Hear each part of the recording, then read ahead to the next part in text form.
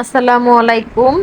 আজকের দুপুরে রান্নায় থাকছে লতি, চিংড়ি মাছ, কাঁঠালের বিচি আর হচ্ছে ভিপ। আমি কচু বাগানে চলে আসলাম, লতি তুলবো। বৃষ্টির পানিতে ডুবে গেছিল, এখনো ভিজা ভিজা, তারপরে তুলবো, না হলে নষ্ট হবে।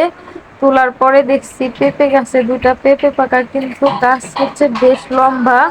অনেক কষ্ট করে একটা বাঁশ জোগাড় করে পাড়ার পরে কি হলো, একদম ছেঁচে গেল। এখনই এটা কেটে খেতে হবে, না হলে ব্যাকটেরিয়া জমবে। আর হয়েছে এই যে লতিগুলো আমার যতটুকু লাগবে নিয়ে আসলাম। এখন হচ্ছে আমি একদম কেটে নেব। পেঁপেটা কাটা হয়ে গেছে, লতিগুলো আমি একদম ফ্রেশ করে এনেছি, বাছা হয়ে গেছে। এখন এটা এই লতিগুলো একদম ভালো করে ধুবো। ধোয়ার পরে হচ্ছে আমি ফোটানো পানির মধ্যে লেবু, অর্ধেকটার বেশি লেবু আর হচ্ছে একটু লবণ দিয়ে এই পানিতে লতিগুলা শুকাবো, না হলে গলা চুলকাবে, একদম ভিজা ভিজা জায়গার লতি। আর এইখানে হচ্ছে চিংড়ি মাছ, চিংড়ি মাছের খোসা বাটা, আদা রসুন বাটা আর হচ্ছে ধইনা মরিচ, হলুদ, হলুদ গুঁড়া, ধইনা মরিচ গুঁড়া আর হচ্ছে এখানে কিছু পেঁয়াজ কুচি আর কাঁচা মরিচ কুচি দিব। এরপর হচ্ছে এখানে আমি একটু পানি দিব।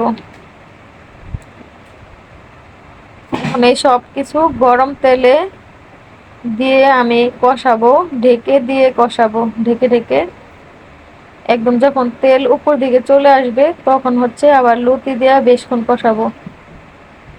আর এইদিকে হচ্ছে আমি সব মশলা, আদা রসুন এগুলো সব কিছু দিয়ে, মানে যেভাবে আমরা সাধারণভাবে রান্না করি ওইভাবে সব কিছু দিয়ে আমি বেশক্ষণ এইভাবে ঢেকে ঢেকে প্রেশার কুকারে কিন্তু কষাই নিছি প্রথমে 10-15 মিনিট। এরপরে যে সামান্য একটু পানি দিছি, পানি দেওয়া হয়েছে, আমি 2টা সিটি বাজবে তারপরে নামাবো। আর ঢাকনা খুলবো না, যখন একা একা খুলবে তখন খুলবো।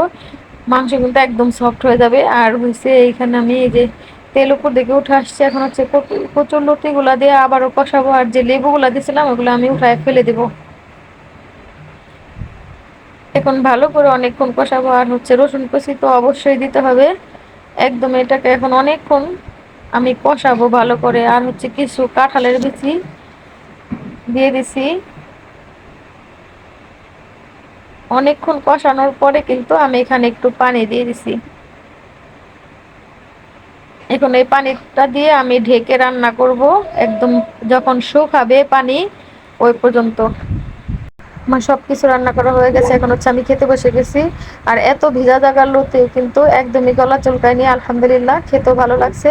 আর হচ্ছে আমার মতো যারা হচ্ছে সিলিন্ডার গ্যাসে রান্না করেন তারা কিন্তু ভিপে ভাবে রান্না করতে পারেন। আমার কিন্তু একদমই সময় লাগেনি, মাত্র 12-13 মিনিটে আমার রান্না করা হয়ে গেছে। আর দেখেন কতটা সফট হয়েছে।